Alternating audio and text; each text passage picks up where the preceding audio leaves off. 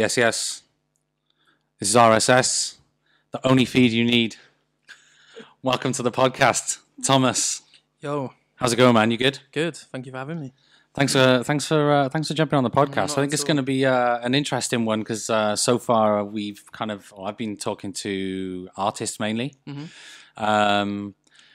and yeah, it'd be good to kind of shed a different light on a different side of the industry for 100%, man. those music producers and label owners and whatnot. So yeah, thanks for coming down. No problem. And I think like we met a couple of years ago. Maybe it was probably due to the promo of my album. Probably, yeah. I think I knew of you obviously before. I remember playing some of your. Was it Nikito? Yeah, Something like to do with Nikito. 2000. Something. I did a Message remix. That's That where was it. Yeah, I used to bang that. But yeah, so since 2016, then couple of years. Yeah, couple of Nice. years. And I think for those that kind of don't know who you are or who Coyote Records is, do you want to give them a brief overview, a brief rundown? Yeah. So I run Coyote Records, which is independent label that it's like a bedroom label, I guess. That I started in 2012. Yeah. So it's 7 years old in April. That's kind of my passion project. Released from Last Japan, Emma. There's 27 records I think we're at now, so it's a load of artists, which has been fun.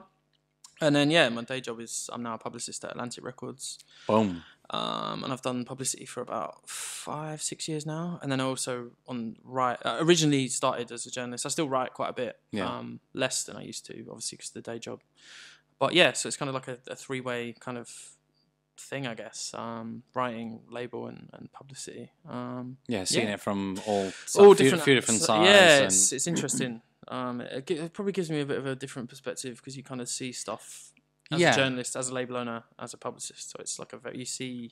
Yeah, it's different. It's different. Like for example, some of the other guests that we've had on that are more from the artist side, I suppose, 100%. that run labels. That obviously would interact with people like yourself on the PR side. So it's like, it's kind of seeing things from a different perspective and stuff like that.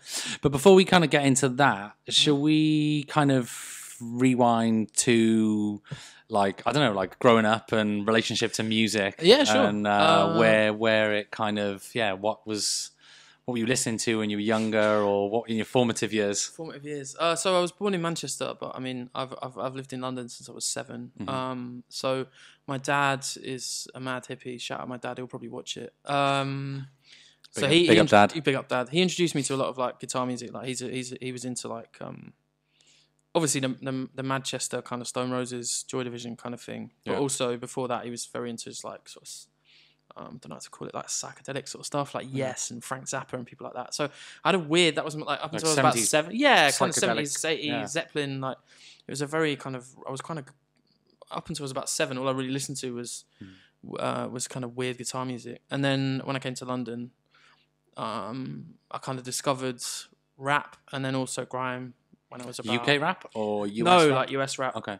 A lot of the kids when I was at primary school, when I was about, this must have been like 98, 99, were kind of getting into sort of Snoop and probably stuff they shouldn't have been listening to when they were like 10 years old, but South London. And then, and then I kind of, at secondary school, I kind of fell into, I was still listening to bits of guitar music, but through my dad. But I mean, he also is really into like really obscure trance and techno as well. So that's another whole other like kettle of fish. Whole other podcast, man. Maybe we'll get him on for a follow-up. I mean, he'd love that probably. But yeah, so then from there I started doing, I kind of I fell into garage. I had a friend, I spoke about him before, he's again, another one that will probably watch this, called Matt.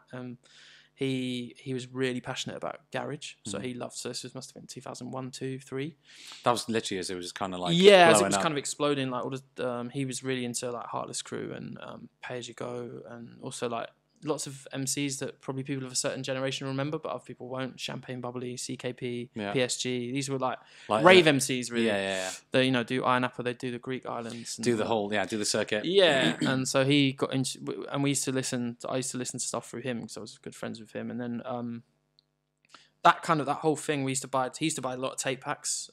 Sidewinder, Garage Nation. Yeah, there was United in Dance. Yeah.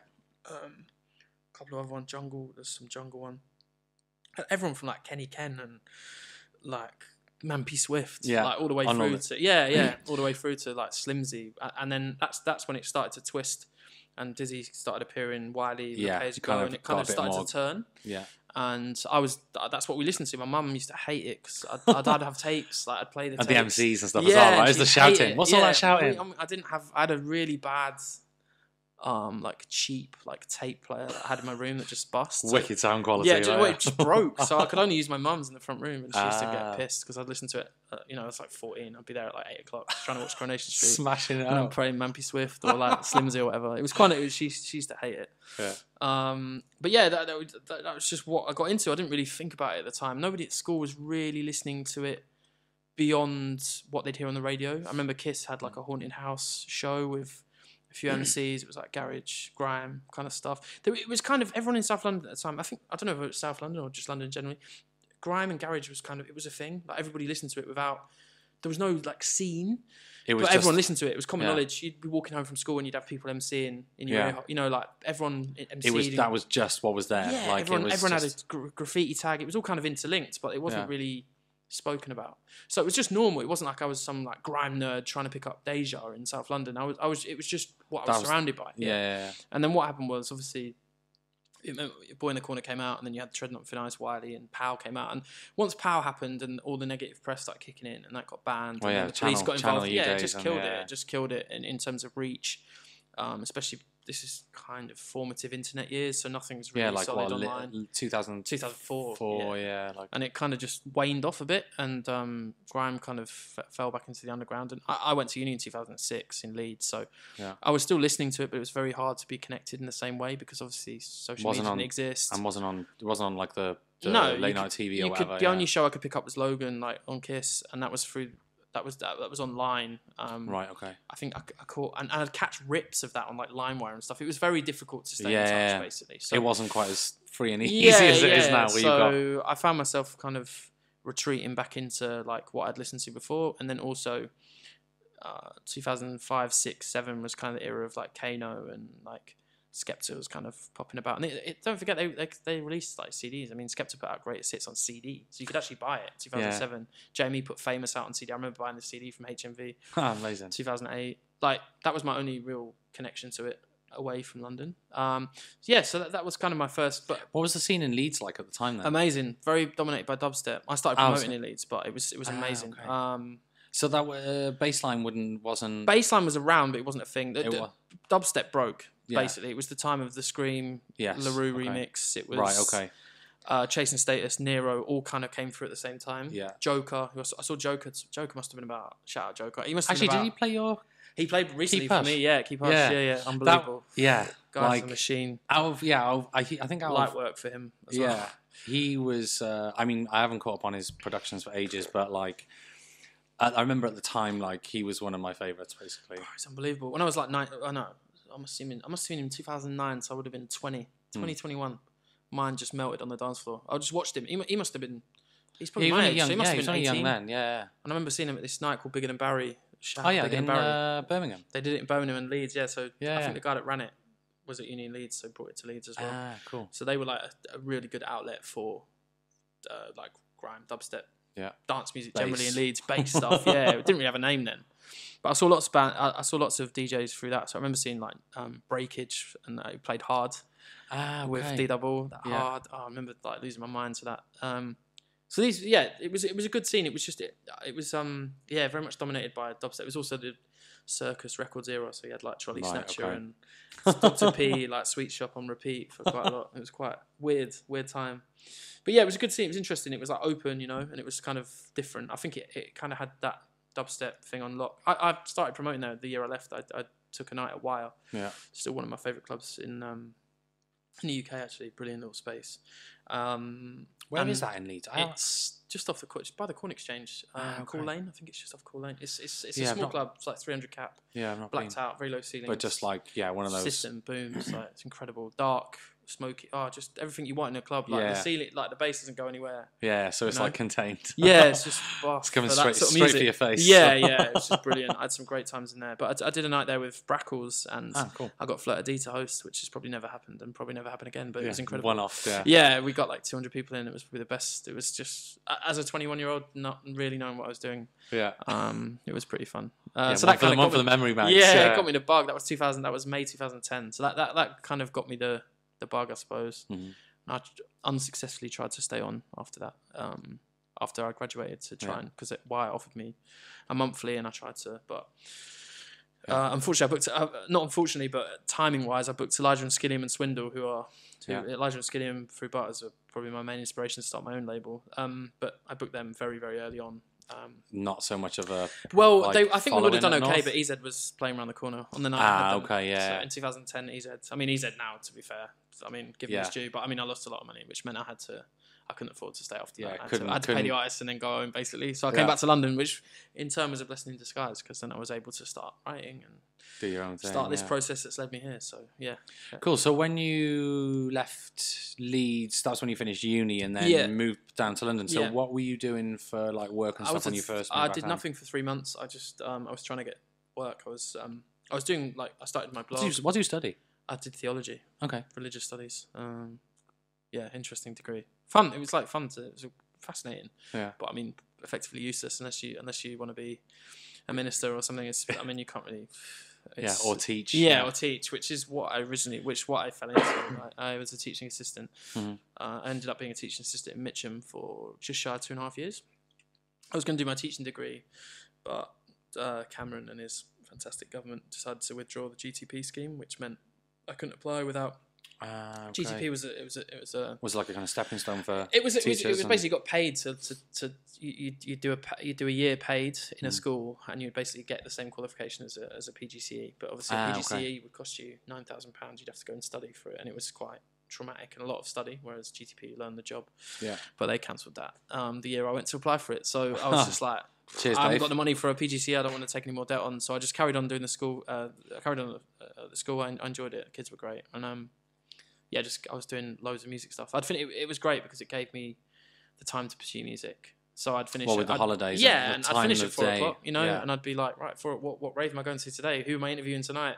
Where am I going? I had the time to sort of pursue music, which led me to write, and more and more people started to notice, and people started to ask me to write for them. And within a year and a half, I had a bit of a profile in terms of, I was probably one of the only people at the time writing about grime music and with any real. This was when, like 2010, 10, 11? 10, 11, Yeah, about 11, really. Yeah. But nobody was writing about it beyond just blog posts. It was very. I mean, there were people that wrote about it, but it was very. It wasn't. Just surface level? Yeah, or the people that were documenting it, but in the wrong places. There was the sort of not wrong places, but the places that didn't really make an impact beyond people reading it. There was nobody tapping into the scene. You wouldn't see anybody at these. You'd go to club nights, be 100 people there, and you wouldn't see. There was no. It was living, but it wasn't doing anything. It was just sort of plateaued, really, I guess. Yeah.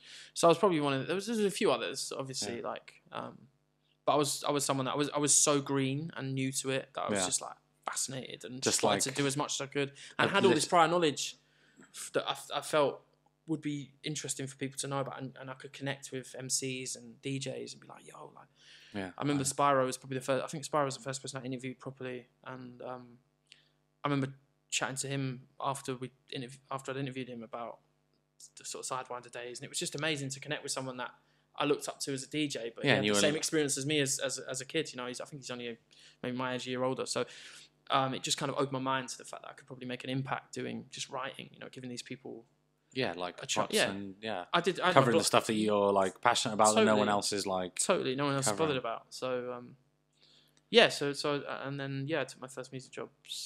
First paid music job took almost 3 years to come. Proper paid, like full-time salary job. So before that was school juggled with like writing for passion, essentially. Basically, I got my Mixmag gig in the summer of 2013. I do the grime and dubstep page, and I've done that for nearly 6 years, 5.5 years. That was the first time I'd been recognised. When I got Mixed Mag, like Seb Wheeler, shout out Seb, like big up Seb. He's gonna. I've told him to get on the podcast soon. Big up Seb, yeah. He'll drop some bombs. Yeah, I believe.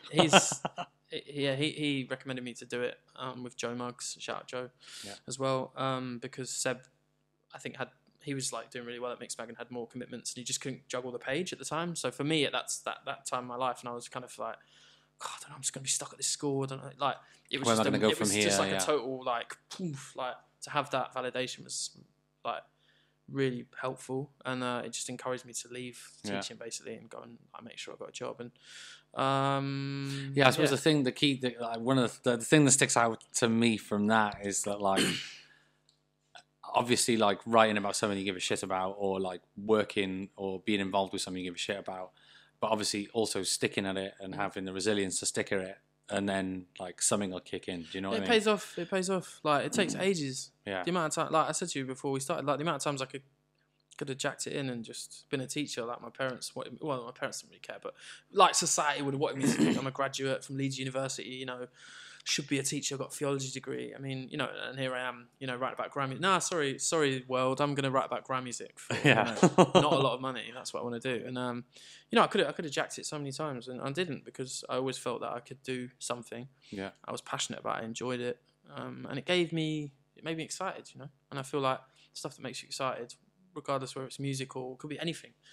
I feel like that's something. If you can get something like a feeling like that from it, and you're not getting money, then you know that's the right thing to be doing. Yeah, exactly. Really. And I feel like when I'm young, like you know, although I'm getting on a bit now in terms of relatively young in terms of life, like I feel like it's the right time to to do the music thing and really see how far I can get, you know, rather than ignoring it and then getting to 50 and being like, oh, I wish I'd done. Yeah, like those regrets. Don't want to have those regrets. Yeah.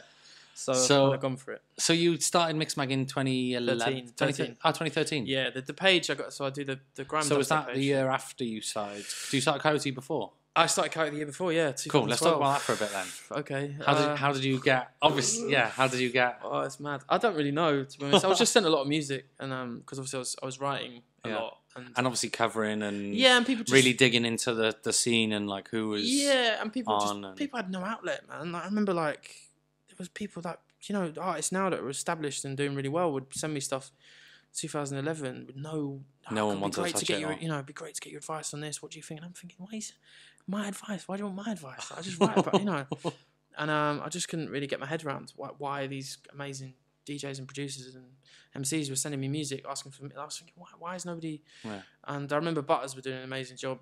I mean, they've obviously grown exponentially and a much bigger operation now. But when they started out, they were one of the only labels investing in grime music, new talent, royalty, like Swindle. Like they were putting out music on the way I wanted to put out music. If I was going to run a label, I'd do it like that, you know. And I felt they were so far ahead because they were giving these people.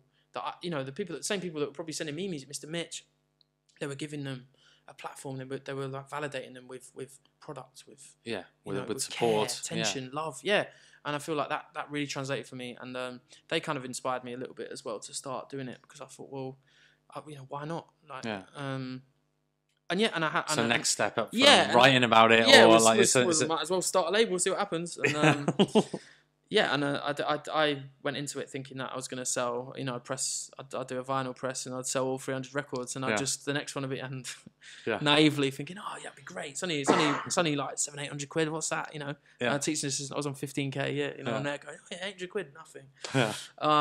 Skin for the month. It's just like, what? So, so I mean, I had connections as well, luckily, like, so like T Williams, like put me on to, who did he put me on? T put me on to, like Cargo, so distribution. Cool. So they've done my distribution. Are they still going? No. Still going, yeah. They're doing my distro now. Yeah, they're still bigger than ever. Yeah, big up Cargo. If anyone wants to approach a distributor for their music, shout out Paris as well, because Paris is now he's been my label manager at Cargo for about nearly 3 years, I'd say. Yeah. So he does an amazing job as well. So big up him. But yeah, so he put me on to Cargo and said, look, if you want to start a label, like you should send them, you know, send the music our way to them and see what they think. So that was an in, and then through South London Ordnance. Oscar, he's like lives in Berlin now. I don't even think he DJs under that name anymore, but he was brilliant. He did some stuff with Hot Flush, and like he's brilliant, great guy. Like he put me onto Bo at 1087 for mastering. Right. Okay. So I immediately had legendary mastering. Yeah. So I had an immediate I had distribution. Yeah. I had a mastering engineer that is legendary. Legendary. Yeah. And all I needed was the music, and obviously my first record that we released was from Melody. So and Melody's now Essential Mix, like the guy's killing it. Like big up him, like Melody forever. It was funny because I used to go to a night he used to co-run in Leeds at Wire called Tropical with guys called Jarrett and Jangle. This was 2008-9. Dropping knowledge. Yeah, they were great. I mean, Ryan Melody is like a great DJ, always been a great DJ. It's just like it was just timing for him, I think, and finding his lane. Like he's always been brilliant. And but that's where I met him. So then to come to London and drop his debut record, I think, like proper vinyl, 2012 was kind of full circle. Yeah, it was kind of a nice process. Obviously, he's gone on to do, legendary stuff. Yeah. But yeah, that's literally because he was sending me a lot of music at the time with no outlet, and it was kind of grime, garage, kind of mashup. Didn't really fit anywhere, and I was just like, fuck it, we should do this. Just get it out there. Yeah, see what happens. And from there, through Ryan at Melody, I met. So he put me onto Elliot Holbrow, who's been our designer from then. He was 17, 18 in 2012 when he started, and he's done pretty much bar couple. He's done every single sleeve, design, art, posters, flyers. He's done all of it since then. So it was very much through meeting people and kind of connecting with, joining the dots really. Just through my writing, I was able to connect with different people. And just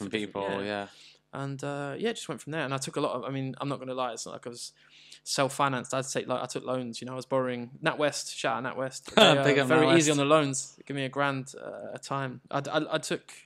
It's probably 6 or 7 releases I was doing on finance, and then eventually it started to translate and shift. Probably 2014, we really started to move a little bit, and the whole instrumental grime thing kind of started to so move. there's probably a bit of a spike then, was there? Yeah, which started to make sense. People were tapping into it. We're starting to build a bit of a reputation. People wanted to release with us. Yeah. And and then from there, it was the Ascend record we did with AJ Tracy that we actually recorded in 2015. Wow. With Last Japan that really blew, and then Cargo were like, we'll help you with a P&D, like you've earned it. I mean, I self-financed like 15 records or something before I got to the point now. Bloody hell, yeah. Yeah, which I'm still paying off. Yeah, I think I only got to self-finance maybe like 5 or 6. I mean, by self-finance, I mean NatWest finance. Yeah, NatWest finance. You know what I'm saying? Like, it was a lot of like, I haven't, I'm only just properly moving out of home. I'm 30 years old, and that's because if I'd not done the records, I could have moved out, and bought. Yeah, you could have done a million other things. Yeah, NatWest for that deposit. Yeah, and had a stress-free life, but I chose music instead. So that's part of the adventures of life, I think, isn't it? And I wouldn't change it. Yeah, not at all. And I suppose for anyone that's listening or watching and is contemplating or is needing to understand, again, I think it's interesting for people, or even for people that not actually wanting to put out vinyl or press vinyl up, and just to get an understanding of the things that you need to have in place, whether it is distribution, mastering, someone to do the artwork, the cost of it, and then obviously to try and get a kind of a flow going with the releases. You might not. It might take you 3 or 4 months or whatever it is to get your money back if you break if you break even. Yeah. You kind of there's those sort of, I suppose, the economy around it. The economy around it, it's like it's difficult. It's not easy. Yeah. What if you want to make money? Don't press records. Don't press vinyl. Yeah. Unless you're burial, like you're gonna struggle. And that's just industry wide. Even all the big labels you look at, from they're pressing records. They're not guaranteed to sell, but they'll be sort of bailed out, I guess, by the bigger artists they have. But there'll be a lot of smaller artists that they lose money on, and that's not because the music isn't great or because the art isn't great or because it's not this or that. It's just because the economy of releasing records it's not a perfect science. Nobody really knows what's going to translate and what doesn't. I release records that I think are going to do great. They might get amazing press, might get played, battered on radio. But sales and do might not translate. 100 copies. Yeah. Other times they'll get nothing or do very little and make critically not do as well, but they'll sell 3 times as much. Yeah. So you never really know. It's definitely a guessing. There is no formula, no recipe. You don't know what you're really going into. You just have to kind of go into it with a firm understanding of why and what you want to get out of it. If you want to get, like I said, if you want to release records to make your money back, and I mean, you might as well just set lights for 500 quid in front of you and just watch it burn. Stick it on the bonfire. Literally, but you look at it as an investment beyond. Like I look at records for a lot of the artists I release from. I'm not releasing from Last Japan aside, maybe Emma and a couple of others that have kind of established themselves within sort of club culture. I'm releasing records from people that are very talented producers that are just starting out, and for them, it represents a lot more than earning 100 quid on a record. Like they'll earn 100 quid a million times over, probably well, not a million, but a lot in their lifetime. Do you know what I mean? It's not, but for them, it's the work around it and what it enables me to do. A record, a physical record, like for me, it's the result of like each one takes efforts. 3 or 4 months. It's mine. Like it's hard. I've done it. I've made it happen. Yeah, it's tangible, isn't it? It's tangible. You can hold it, and everything's so disposable now. But also, it's a symbol of validation, of trust, support, love. It's like, look, I like your music enough. You might not have a massive fan base. You might not have ever released. This before. might not sell, but I'm willing to commit this. And also you can do stuff around it, like there's press, there's radio, and it allows me to have experience as a label owner to come on and talk about it like this, or to go onto the radio, or to throw parties nationwide. Yeah, so there's byproducts which of it other than the money. Totally, but you can also, records are a means to an end. Like a record is there, it's a great record. It might not earn you anything, but that record will potentially might get an artist a booking agent that they've been desperately crying out for, because they'll look at that record and go, right, it's done really well, we should take him on. You might do a party that you sell out and you're able to pay said artist 500-600 whatever, load of money. Because and that would equate to the same or more than what you might have made off the record. You give them a show on Rinse, or you'll get them some, like a guest mix on One Extra. And who's listening to that guest mix? Oh, Spyro, who then hits them up. You never know what you're going to...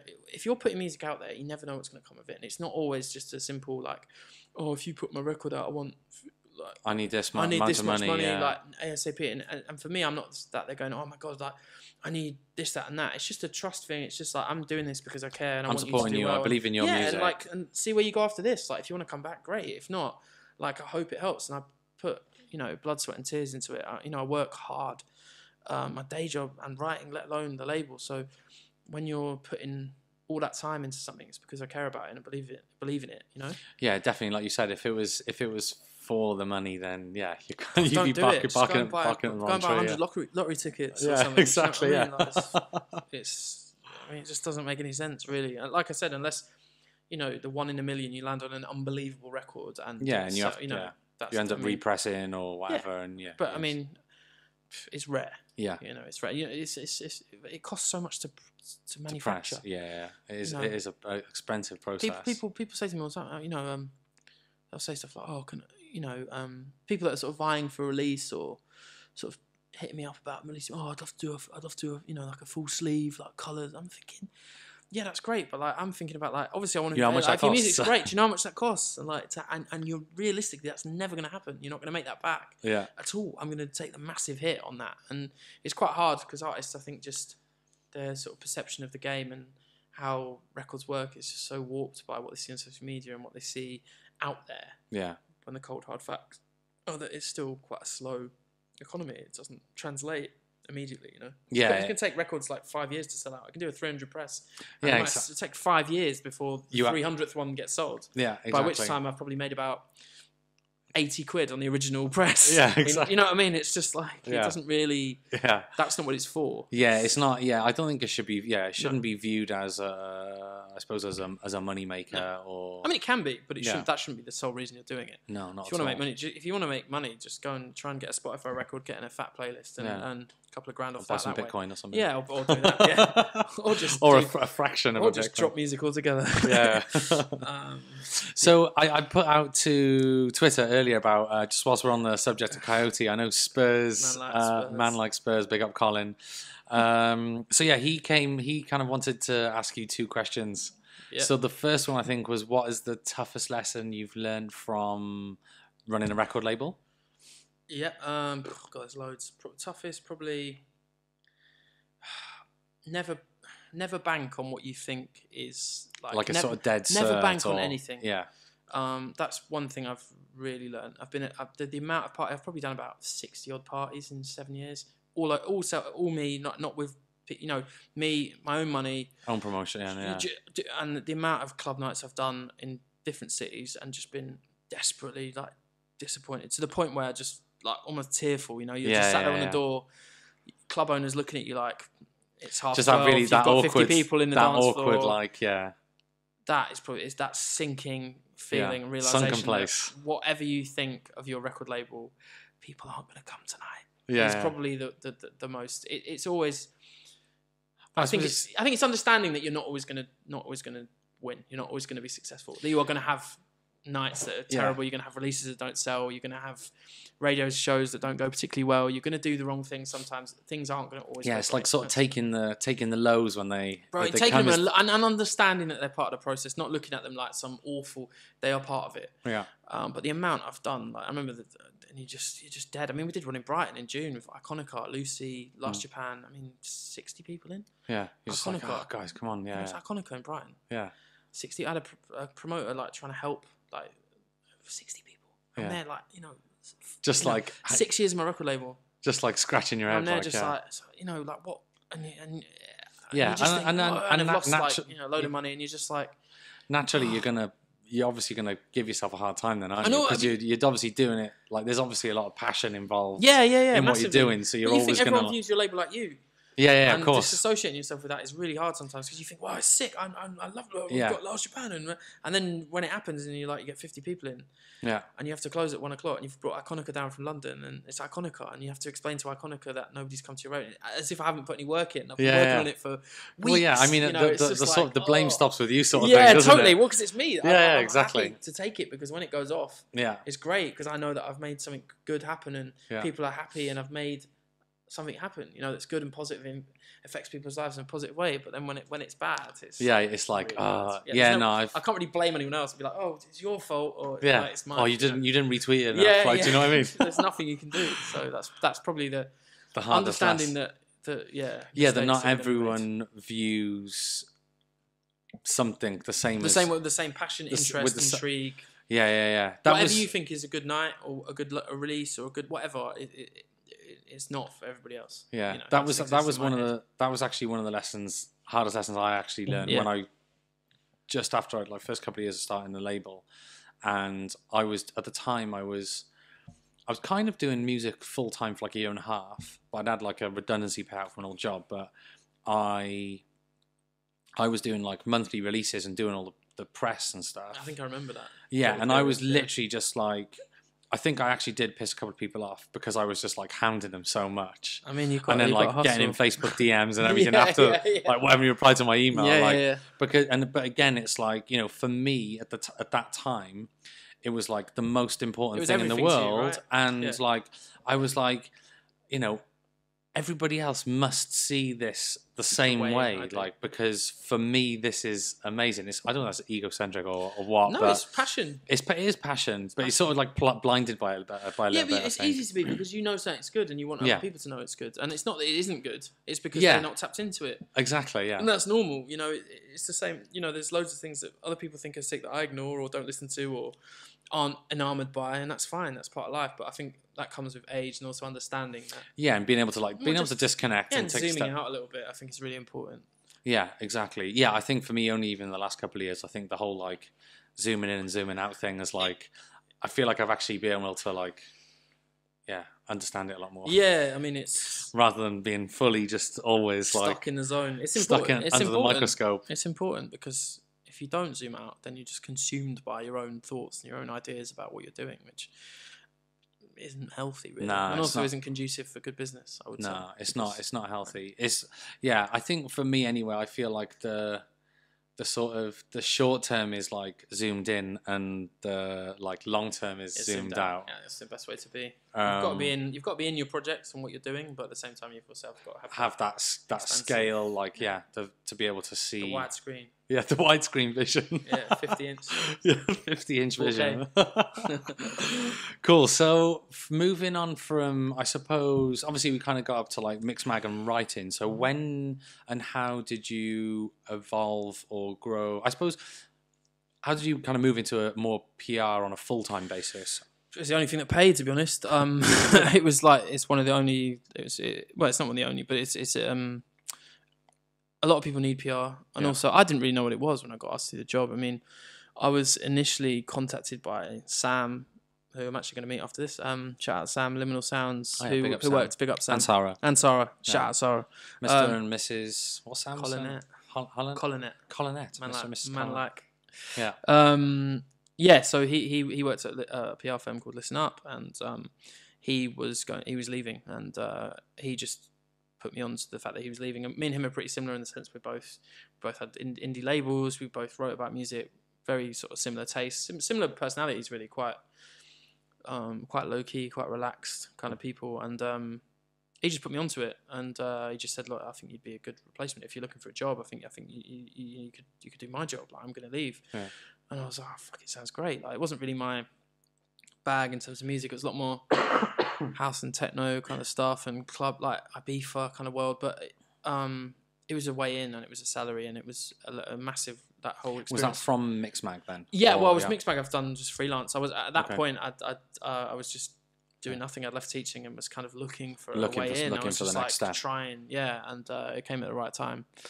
And I did a few interviews for that and got the job. And I'm forever grateful to people like Seb, obviously for Mixmag, Sam for the Listen Up job. Like, it set me on a path. I learnt loads through that, which enabled me to get more work. And it's been a real, everything I've done, even with the label, with publicity, even with writing, it's all been through people looking out for me, really, and or putting a good word in.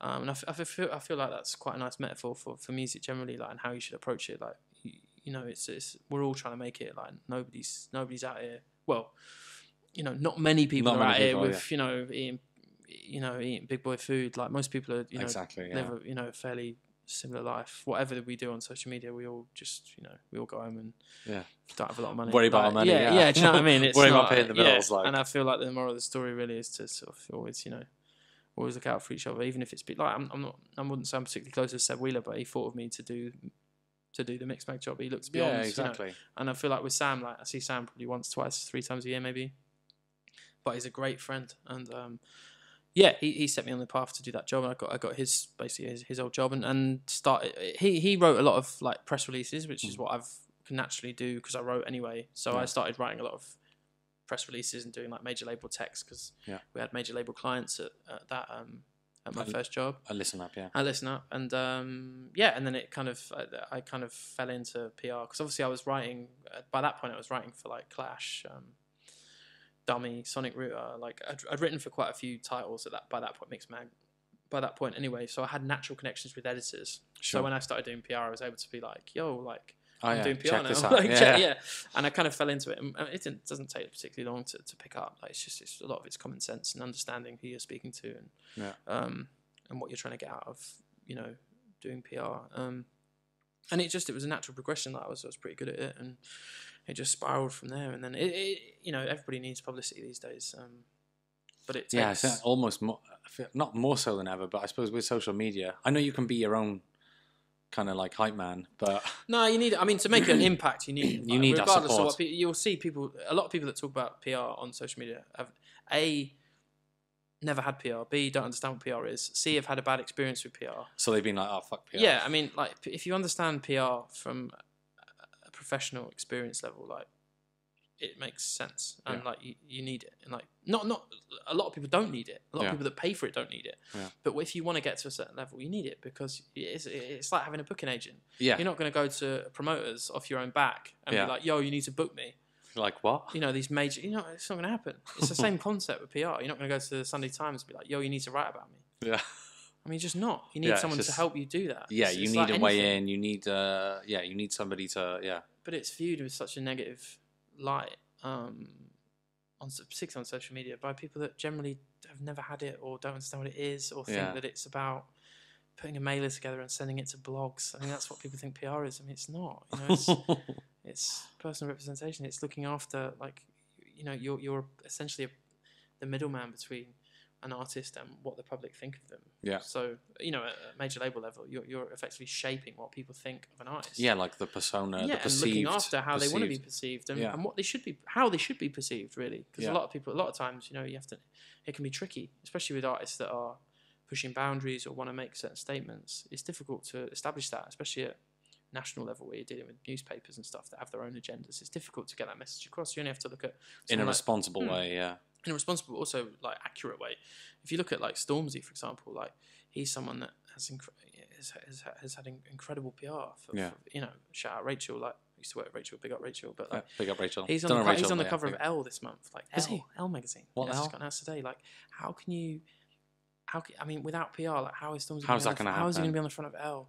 But without all the PR he did 3 years ago, he wouldn't even be in consideration for Elle, let alone get it. Yeah. So it's about understanding that PR is a process and press is a process, and it's a constantly ongoing thing. It's no different from a booking agent. It's no different from any other kind of process that you need to advance your musical career. PR is essential for that. But unfortunately, within club music and kind of the more independent. Yeah, but you don't see the immediate benefit of it. Yeah, so you like So you fuck it off and just think, oh, people are stealing my money, which in some cases, fair enough. There are a lot of publicists that might do that. PR isn't always a friendly game. Yeah. But there are PRs out there that care and are invested and will stick by you and try and help you progress. But the narrative on social media within our little world is dominated by negative experiences, which is a shame. And also, journalists don't always, you know. I've written cover features. I would like to say that I'm a writer. You know, I can write.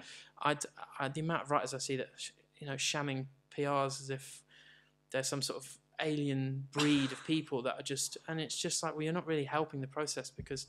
Yeah, but the amount of people, the amount of writers and editors that rely on PRs for all their coverage anyway, well, everybody does. Yeah. But that will copy. I mean, the amount of stuff I could go in, I'm not going to in terms of because it doesn't really give us some juice. No, but like the amount of at lower level, like the amount of times your press release or your words will be just copy and pasted by an editor or just chucked out as their work. I mean, it happens over and over again. I mean, it's not something I don't particularly care about because the purpose of a press release or a press document is to inform people, and that's fine. If you want to use that's fine.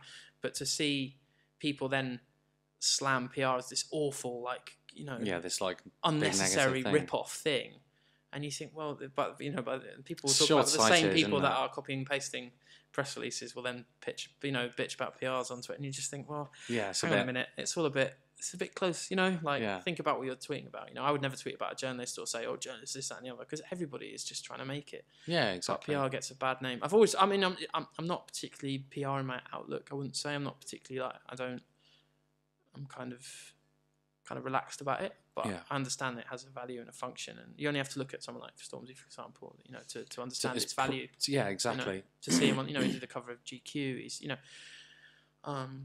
and in the Elle cover. I mean, these are things that make the impact. That's massive on culture. impact. Yeah. Do you know what I mean? There'll be people at work talking about Stormzy being on the front of Elle. Of course. Because it's just never happened. Or there'll be people picking it up that don't know who he is. Yeah, completely. Do you know or what I there'll mean? be people raging about it. Yeah, exactly. But it forms, it creates dialogue around an artist that without it, you would never have that dialogue and it wouldn't reach those people. And that's what PR is. It's about engaging people with your art. Yeah. And if you need to pay someone to do that, then that's part of the process. It's not. It's not like a even from some of the big corporate companies that I've worked for, and I've been on some really bullshit like training courses and stuff like that. But a lot more recently, like people in training courses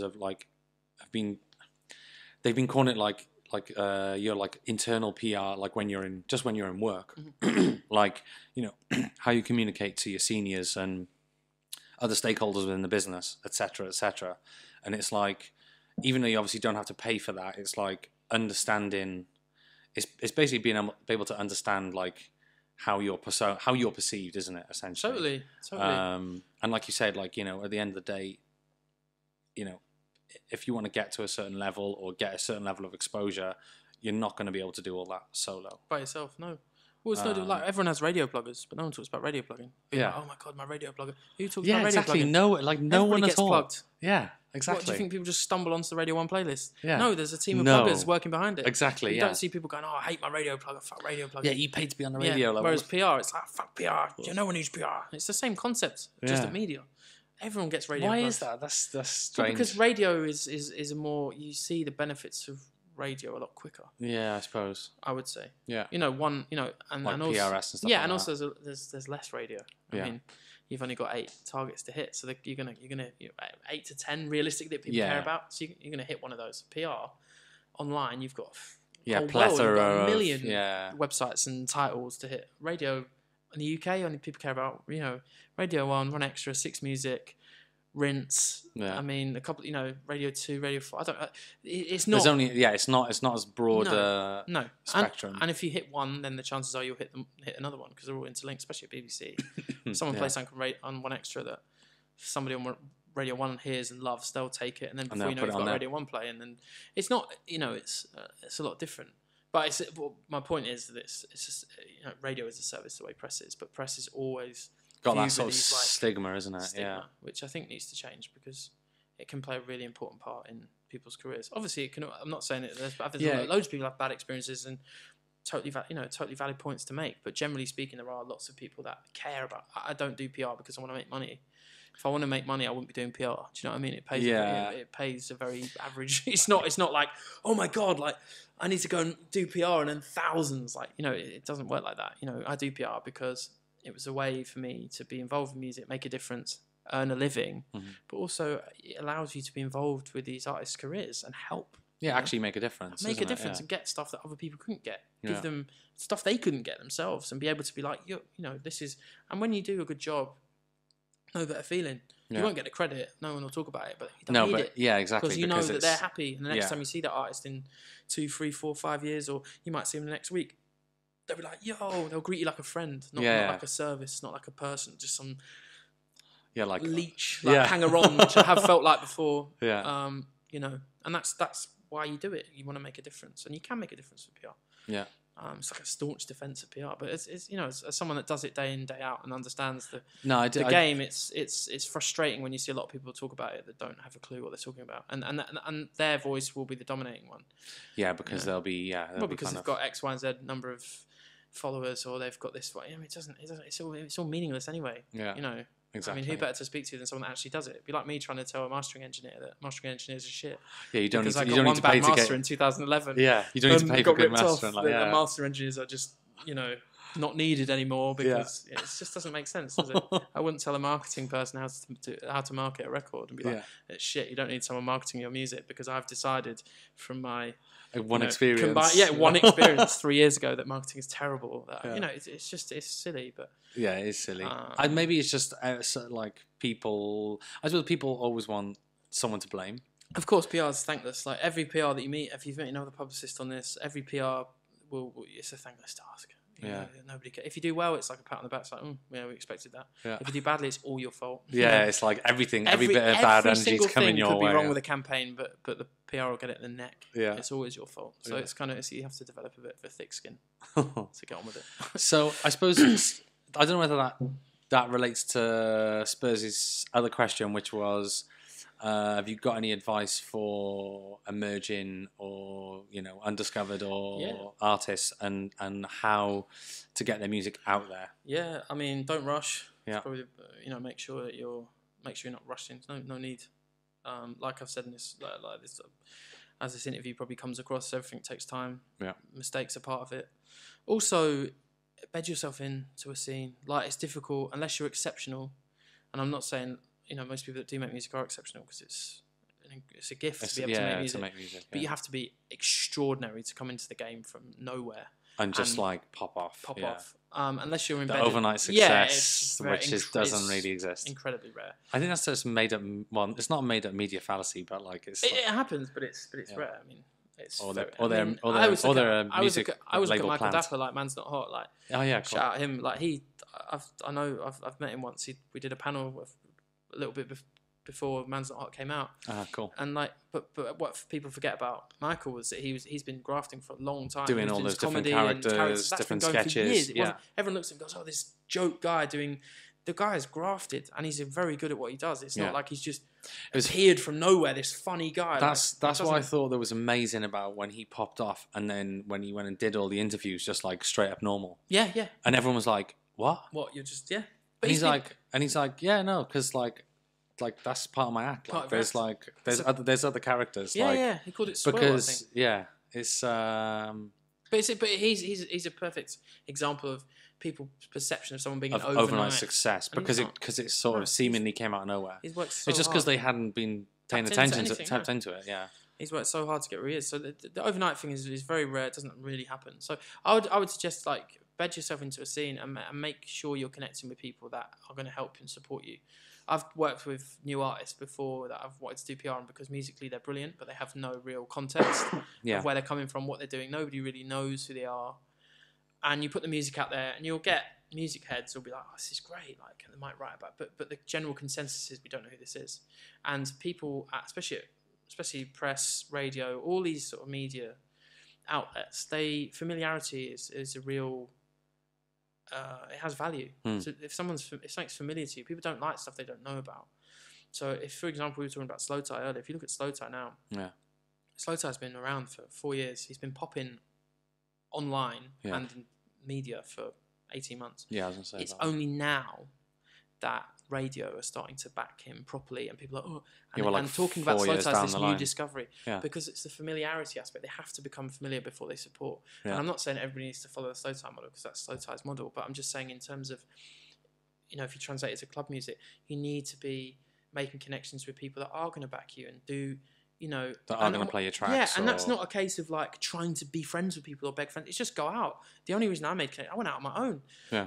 Tonight, so no one from Sutton, where I live, like grime music in 2011, 12. Everyone's going to Vocal Revolutions, drinking a pitcher of woo woo, and then punching someone. That was a night out in Sutton. Yeah. I was off to Fabric on my own to watch Predator play his first set, or to watch Logan play with Rico, or in some I didn't even know London at the time. I was going to all these weird places all over East London, like from Sutton, catching the night bus. This is pre-Uber. Amazing. Yeah, or spending 70 quid on a cab that I didn't have, and then being like, "Fuck, I can't go out for like 3 weeks." But it was worth it because but I made connections, and they remember. Yeah. These people remember. They go, "Oh, bro, I recognise. Oh, you're Tom. You came to that night on your own. Fuck." Like, that's how you do it. It's not a case of. I'm not saying I'm the perfect example, but in terms of making connections, I would say that doing that is key, and throwing yourself into what the scene is doing. Yeah. Look around. Don't just, like we were saying earlier, like don't be consumed by what you think is good. Look at what else is going on. So zoom out and think, right, well, what's popping? Okay, so where's my music going to fit? It's not adjusting your music to fit what somebody else is doing. It's looking at like where you go. Yeah, where are you best? And you need, whether or not you like it, you need alignment. You need people that are on the same wave.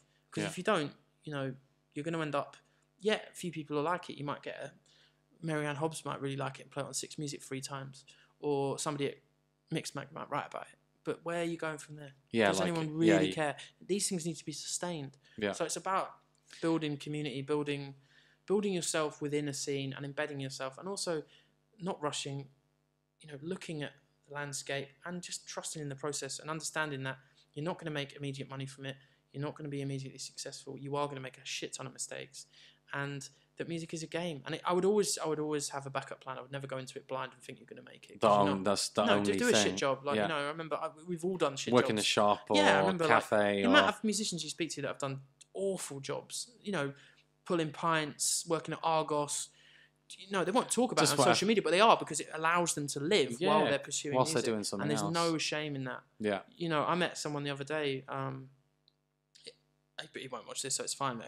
A kid from Northampton who's like a photographer, really keen to get into music, and he's doing bits, to be fair to him, but he was ashamed to tell me that he worked at Volkswagen, like a Volkswagen garage selling cars. And I said to him, don't be ashamed. Yeah, I was working in Mitcham as a TA, like cleaning up, just doing all sorts of awful jobs. Yeah, just doing whatever you need to do. Like, you're at Volkswagen, don't say it with your chest. It doesn't matter.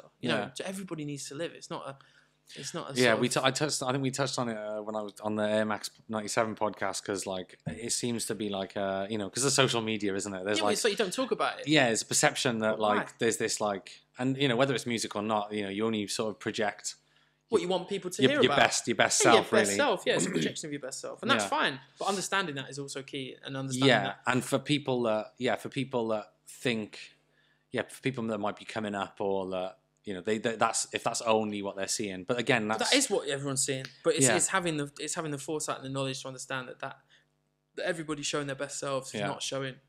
And also like if the other stuff, if they're into said person, however big or small, it's like look at what else is going around it to try and get involved with.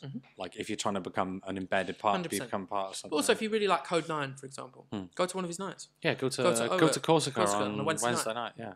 Might go and hang out, chat to him, say, yo, I'm a really big fan. Don't sit there, be on social media and be like, oh, I like that. Just go, throw yourself into it. Obviously, if you're in London, but yeah, exactly. But you can get coach to London. But you can connect with people. Of course. Through various, you can connect. Like the world's more open than ever, especially in terms of communication. So I was never scared. Probably naively because I didn't really know what I was doing, but I was never scared of what I was risking the trips to East London. I had no idea what I was doing, and I feel like that fearlessness enabled me to make connections that benefit me now, 8 years later. Yeah, that I would never have had. It's like that delayed sort of ripple effect, isn't totally. it? Like, and I think there is a totally. Like expectation for like immediate return. That's it. Which more than ever, I think that needs to be like that's the way stamped out of your mind. Well, it's the way society's geared up. Everything is on demand. You can watch whatever TV you want, or whatever food you want. Yeah. Listen to whatever music you want at a touch of a button. So why shouldn't you be able to get whatever money you want at a touch of a button? I think people, the way we live, I think everything is instant. It's like the same rule must apply for everything. And people think that you can put a tune on Spotify and you're immediately going to be added to Hot Hits UK and do 2 million plays in a week and cash in your $5,000 check. Exactly. A few weeks later, it does not work like that. It doesn't happen. Yeah. No, but the way it's the way it's portrayed will have people, especially people trying to break into it. That's how it operates. It doesn't. So the amount of people, for every person that does really well in music, every person that makes it, there'll be about 1,000 that don't. It's the same with any sport, any entertainment industry, sports, all the failed footballers we were talking about earlier, like that don't make it. Like it's the same. Music is the same, and you don't get anywhere in music by expecting to be big straight off, or B giving up. Yeah, exactly. The people that are there still now, when I was started, they didn't give up. I've known loads of people that were brilliant at what they did that gave up and did other things. Yeah, they just like sucked it off. Yeah, because they had stuff plateaued, or they just fell out of love with it, or they weren't getting anywhere that they wanted to get, so they just gave up and did other stuff. And that's fine. That's part of their thing. But sticking at it pays off, especially if you're good at it and you care about it and it gets you up in the morning. Yeah, because like you said, when people do start to fall off and you're still there. Yeah. Well, it's like a testament to your drive to stay there. Yeah. And I'm not saying that I'm overwhelmingly happy to be where I'm at. This is where I'm at now. I mean, I've got I want to go and do other things. Within music, it's not like I've reached the pinnacle at the top. This is just part of the way. It's part of the journey I'm on, and that's fine. I'm made my peace with that, but I'm not like expecting X, Y, and Z. I'm just kind of taking it as it goes. Yeah, you're just going through the process and trust it. You have to trust in the process. I've done the whole time. Exactly. Basically. So after, so where were you after? Listen Up. Yes. Went to Worldwide Friendly Society. Which is where okay, cool. Did the publicity for your album from? Yes, indeed. Big up Seb. Shout out Seb. Shout out Joe. Isis. Shout out Nelia, sorry. Big up them. They're a great little agency. Seb's wicked.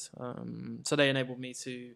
They're a very so Seb runs. It's a great PR firm basically, but it's very free and easy, and I kind of was able to bring on my own client base, and kind of like people like yourself and people I cared about, and able to help make a difference to people I actually was invested in, rather than sort of outsourcing PR to people that didn't care about me or who I was, or I didn't really care about them either. I was just doing a job. It was very much. Yeah, like in your... Yeah, so, that set me on my way to do some really cool stuff, and, I mean... And then now you've been at Atlantic for, Big boy gig. About 8, 9 months now, big boy Send gig. your demos in. Yeah, please do. no, don't. Yeah. So what's no So power. what's like? Yeah, I suppose like from Listen Up to Worldwide Friendly Society, a bit more independent. Yeah. Underground vibe. Yeah. More commercial stuff at Listen Up, Mm-hmm. and then obviously now to major label. Yeah. Like, also what's actually? Yeah, I mean, before we talk about the differences, what's your current role at? I'm a publicist, So I'm part of the publicity team at Atlantic. So there's 6 of us, Yeah. And we work across the whole roster. Yeah. And that's UK and US international. Mhm. So I just look after publicity for So is that artists. still like plug into magazines and Yeah, stuff? yeah, same vibe, just a different level because you're Mhm. dealing with like, global Global artists press. that make an imprint globally, culturally. Yeah, but it's the same. It's the same job, but it's just different. It's like upper level. At a different level. Yeah, it's like more sort of top tier level. Yeah. And it's How big's the office in that then? Is it like a big? It's big. Massive so Warner office. Music. So yeah, it's a big office. So we're on Atlantic has a floor. So there's probably 60, 70 of us for Atlantic UK, and then there's floors below that, Parlophone, Warner Brothers Records, Warner Classics, all within the building. So it's a big operation. Yeah. But it's been amazing. Atlantic originally a US. God, that's a good question. Probably, I think they are originally US. Yeah, Yeah, I think they are. Yeah. they've been around. They put out Led Zeppelin. So when I joined, my dad was like, "Oh, can you get me all the Led Zeppelin records?" I was like, "Well, you haven't got them anyway." He was like, "No, I threw them out." So I will get them, Dad. Eventually. We'll get him on the podcast to talk about it. Yeah. Has he got your records yet? He doesn't buy any of mine, does he? But yeah, no. So I think yeah. So it's been an amazing experience. I mean, I was hesitant at first, not going to lie, just because major labels I was never that enamored with because of the way they treated grime and the way grime was put out. Something I cared about a lot. They kind of, I feel like the major label generation of sort of 08 to 10 kind of really messed grime up a little bit. Yeah. And kind of didn't help the whole.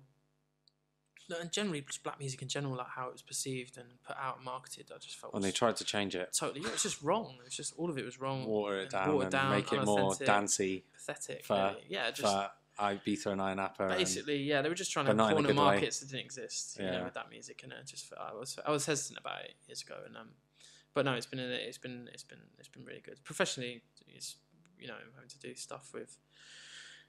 Well, it's way out of my comfort zone, just public speaking, having to speak in meetings where you're, with big bosses from all over the place is different. And also having to speak in label meetings in front of, 50, 60 people, you have to learn to do these things. And I feel like it's really brought me on as a person. Does the size of the company, have a... I don't know, does that play? Not does it play in your mind? I can't get across what I'm trying to ask. But does the level that you're working at, bigger budgets, bigger artists, stuff like that, does that have I suppose probably more for when you first started because you're a year in now, right? But did that have an effect, kind of from working with smaller artists? Always did you kind of see past that and just looked at it as the same? Not really. It was always I've always wanted to do good jobs. I've always seen it as doing the best job you can with what you've got. And some artists are never going to be as sort of press friendly as others. That's the way it is. Some artists just aren't. It's just depends on the character. Yeah, it depends on. There's a million factors that feed into whether someone's going to be covered by press or not. And no, I found it's more the biggest challenge has been liaising with so many different teams, right? And understanding that so much goes into one artist. So it's not just when I do we did your album for example, it was me and you, and that was kind of it. Yeah. And now you're dealing with teams in different territories. You're dealing with marketing. You're dealing with radio. You're dealing with TV. You're dealing with promotions. There's brand stuff to worry about, as well as stuff within my own department. Then you couple that with reaching out to a totally different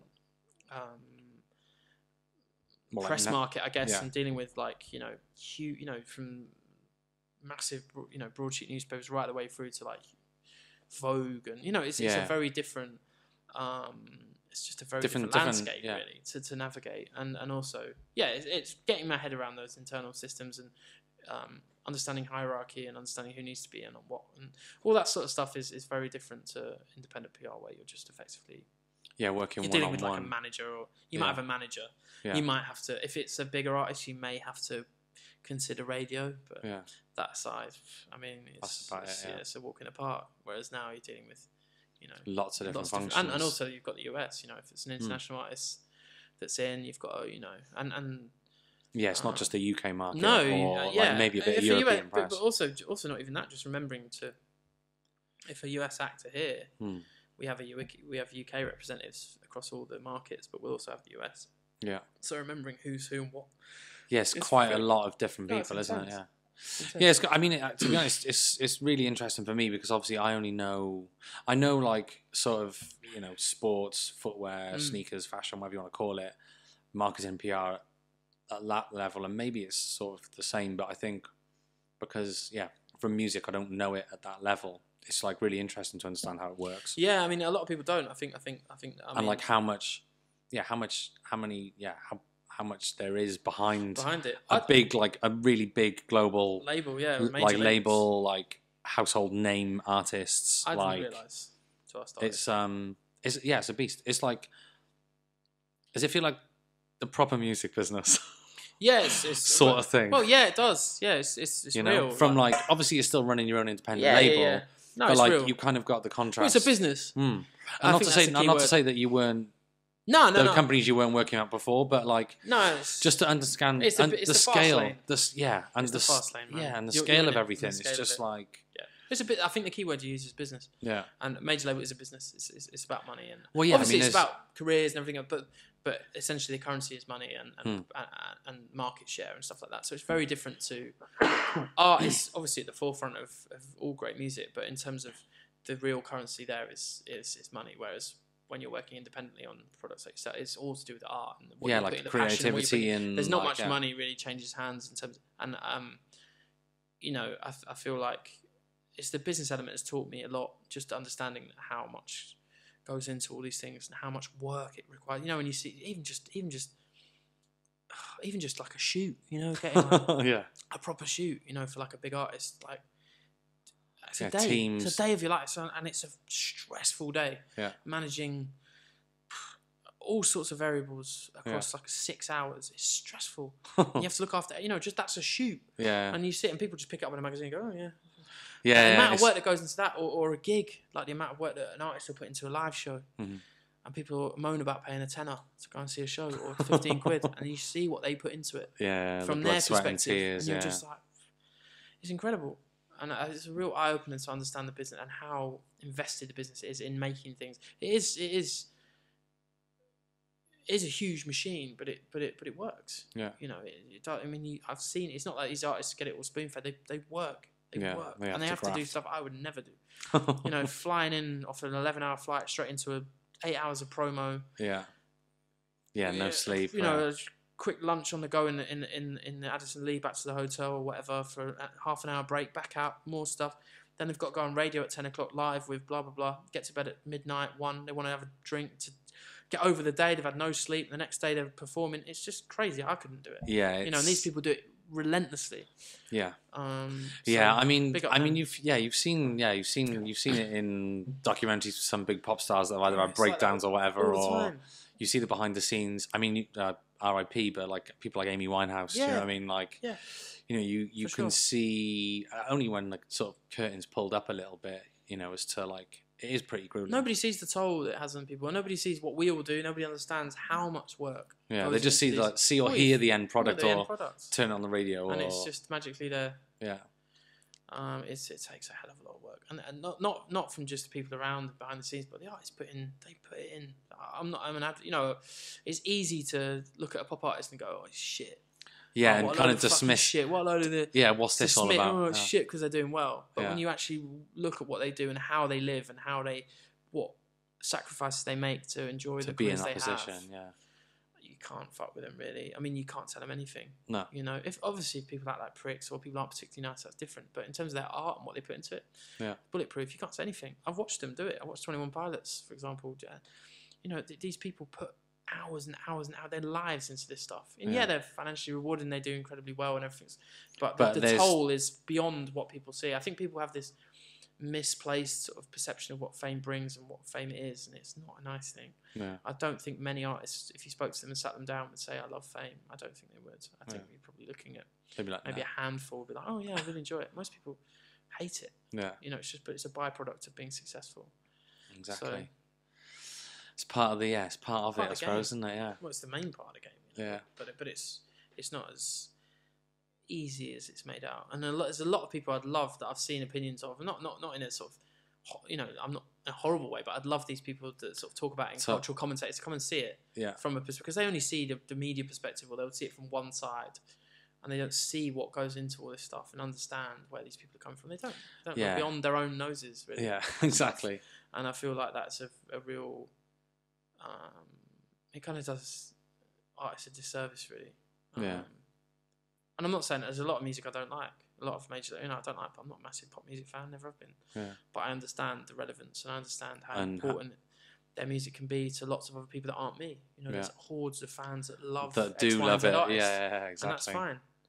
And that's their truth. That's their whatever they want to follow, and I appreciate that, understand it. And for those fans, said artist is everything. Yeah. So, and to see what they put into it for those fans, it's easy for someone on the internet to be like, look at whatever, he's a prick. She's awful. Look how terrible she is. Doesn't deserve it. Yeah, she's done nothing. And then you see, from the label perspective, when you work in one, you see these people with A&R for 6 hours talking about how to better a verse, and then going back and recording it 11 times, and then just to get the music right, and then going on a 6-month promo schedule all around the world. Yeah. To satisfy demand, and then you have people on Twitter and Facebook saying that someone's sacking them off, awful. They're just easy. It's easy, dilutable pop. Blah, blah, Get it all written for you, or whatever it is. These people don't see because they don't understand, and I feel like people would benefit from understanding it. That's how the game works. A lot goes into it. Yeah, there is a lot. Yeah.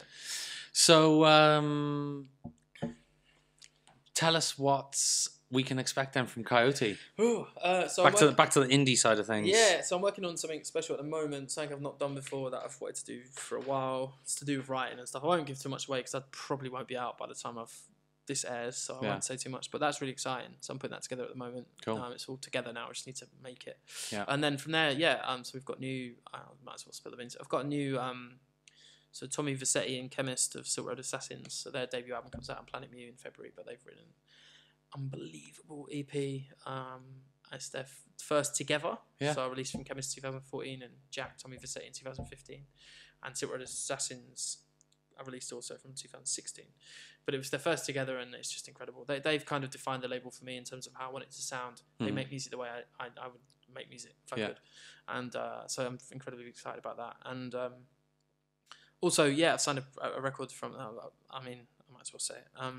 From Utah in Sheffield. So big up Utah. He's someone I think he's vastly underrated. And he's been underrated for a long time. And he's put together. We're kind of sorting through tracks at the moment, but there's a couple of really great tracks that he's put together. So we're working on an EP for that. So that'd be great. And then from there, it's just it's always an open book. Like there's music from 091 and Last Japan's always writing stuff. So as the year unfolds, I aim to do between 4 and 5 a year because each record generally is physical and takes 3 to 4 months.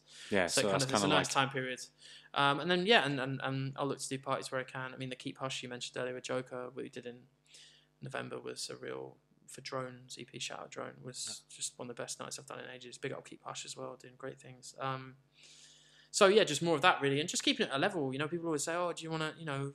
When you did the AJ thing, you really stepped up. I'm not interested. I'm kind of happy where it is. I don't want to do too much. There's no I don't want to turn it into I don't want to turn it into some massive operation. I'm quite happy doing it it serves a purpose, and that purpose is shining a light on new artists that go on to do bigger and better stuff. And I'm happy doing that. And I feel like as long as I've got a community of artists that I like and all get on, and I've always made sure that everybody on the label kind of gets on and talks to each other and kind of we've done a lot of like cross pollination in terms of remixes and DJ sets and club nights. I've kind of fostered a bit of a community within the label itself. So as long as we can keep doing that and introduce new faces as and when, I'll be happy. It allows me to do parties. It allows me to travel.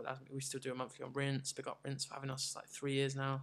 Nice. It's things like that. I just it's the stuff that 5 years, 6 years ago when I started, 7 years ago when we started, I'd have bitten your hand off. Say we've got a monthly on Rinse and 28 records deep, and I've put out, I'd bite your hand off. So I never take it for granted, and I'm happy to keep it at that level, really. And if stuff blows, it blows, but I'm not going to push for it. You know? Yeah. Strong work, man. Yeah. So, anything else you want to add before we kind of sign off? I think we've been running for almost an hour, or just over an hour. Just over an hour, maybe. Just not really. Thanks for having me for a start. No worries, man. It's a pleasure. And no, just it's nice to be able to talk sort of freely about stuff. And I feel like it's important to just reiterate what I was saying before about, you know, do what you love and kind of do it with passion and believe in yourself, and but you know, be prepared to sort of be patient and take the scenic route always. Take the scenic route. Yes, I like that one. Take the scenic route. I would say. And just don't get lost in the hype, because none of it means anything really at the end of the day. Exactly. You know, the fruits of your labour are what what the results, not the hype is. Yeah, stick with it. Go the scenic route. Economy, man. You can't, Yeah, it's not sustainable. No, not at all. So just do your thing, always. Cool, man. Big up, Thomas. Thank you very much, man. And we'll get your dad down for the follow up, man. It'll be gassed. Talking about trance and techno. Trance, techno, Led Zeppelin, and why he doesn't buy any of my records. What a combo. Big up. Thanks, bro. Thanks. Sick. Wow, that was great. I enjoyed that.